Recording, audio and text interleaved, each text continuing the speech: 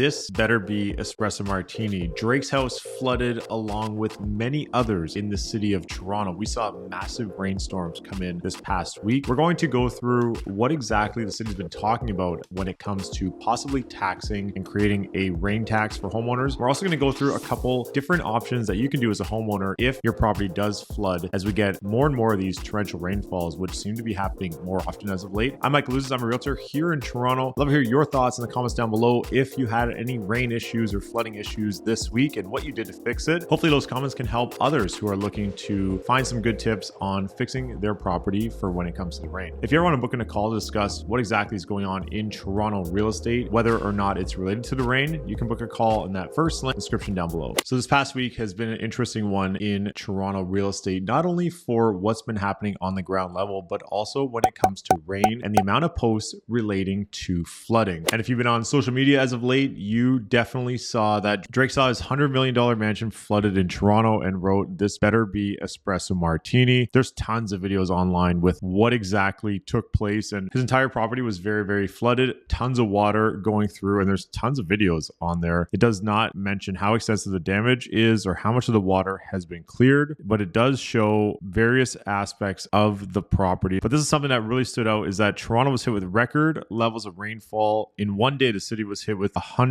millimeters of rain, more than 71.6 millimeters of rainfall that Toronto usually receives over the month of July. Fifth wettest day in city's history, and the city received 700 calls reporting basement flooding. The Down Valley Parkway had cars and Lakeshore had cars submerged with water. So we take a look here on CBC. It does show tons and tons of water in a lot of these places. Here's a GO train submerged with water. We even saw cars fully submerged on various highways. And this brings about something that was discussed earlier this year. And there was talk about a stormwater charge and water service charge consultation. If you own a house in Toronto, you would have received a letter in the mail that talks about how the city was debating on adding some kind of rain tax to the property. And essentially what they're looking to discuss is properties that have paved concrete driveways and how the water runs off from the driveway into the sewers. And they were discussing creating possibly a tax for this. And Toronto's not the only city that's considering something like this. In fact, the city of Hamilton is also going to start charging these fees in 2025. And it mentions that will cover growing repair costs, flooding, and sewage spill risks linked to climate change. I thought this would be a great time to discuss what to do if you do see any kind of water in your basement. And this is something that you will want to take care of right away, because there are different components in a basement. Could be anything from finished walls, finished drywall, any kind of electrical, lighting, flooring. And if it is a fully finished basement, what are the contents that are in the basement that could be affected? On the other side of it, plenty of houses in Toronto would have the mechanical down in the basement. So if you have your furnace, your hot water heater, any kind of mechanical items in the basement, these could all be affected by water. And it's really not ideal when it comes to owning your home if water gets down there. Stories.com just put out this article, what to do if your home flooded in Toronto. And they did mention a couple things that I thought were really great and just to know moving forward, especially if your home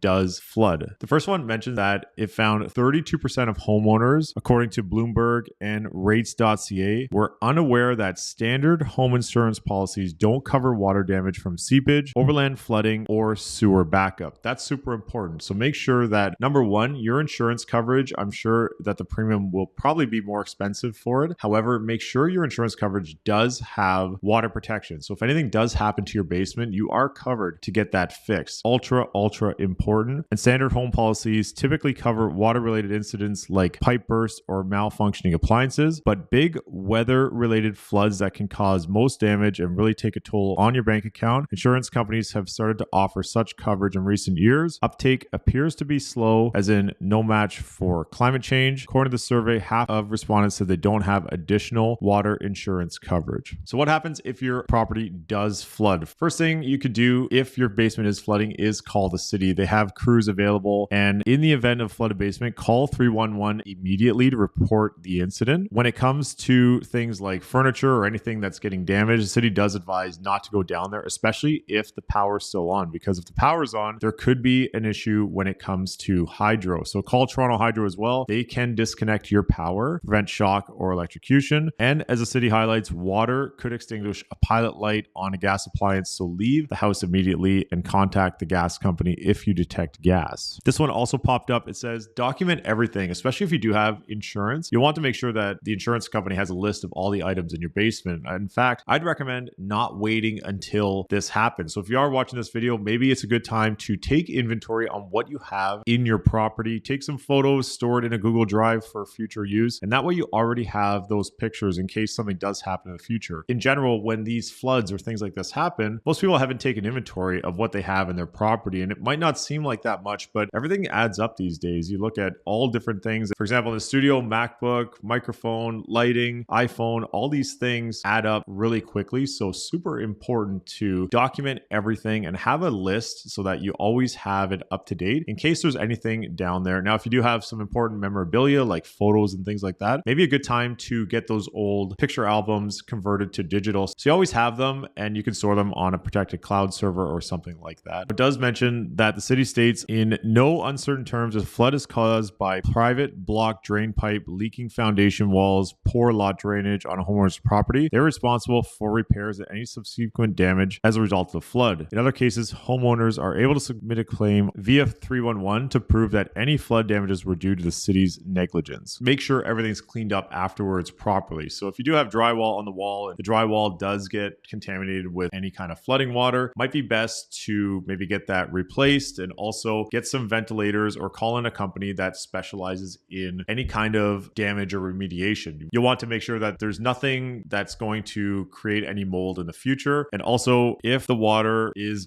coming in from the outside, it could be very dirty, contaminated. So you want to sanitize wall surfaces and thoroughly dry, ventilate the area. And of course, keep kids, pets out of the area. And the city just added this new subsidy program, which you can actually apply online, $3,400 per property to install flood protection services. If you want to install something like a sub pump or any kind of device to help protect your property, you can click on the link and you'll get to this website, which is a basement flooding protection subsidy application. You go down, read all the details, of course, click on proceed, and then it'll ask you some questions here and you can just fill this out one by one. This is something that we're seeing more and more as of late, is that any kind of connection down into the water sewer system be disconnected and be dispersed outside the property. There are times as a homeowner where it's super important to be proactive and get ahead of anything that could happen. Use this rainfall as maybe a bit of a reminder to go take a look around your property, especially as it's nice and warm outside. Take a look at all the caulking along the side of your property. Make sure that there's no gaps or anything between, if you have, for example, a driveway between houses, which is very common in the city of Toronto, that there's no gaps between the concrete and your walls, and that there's no slopage that is going towards your house, because those concrete slabs that are sloping towards your house will pool water into your home and basically just hold the water there until it either dries up or finds a place to go, which if it is pointing towards your house, that could lead to possibly an element where the basement could get affected. So just take a look at all that stuff and take care of that regular home maintenance, little basic things that you can do to make sure that in the event rain does come down quite immensely like it did last week, you're well prepared and your basement stays nice and dry. I'm Ouzas. Thanks for watching.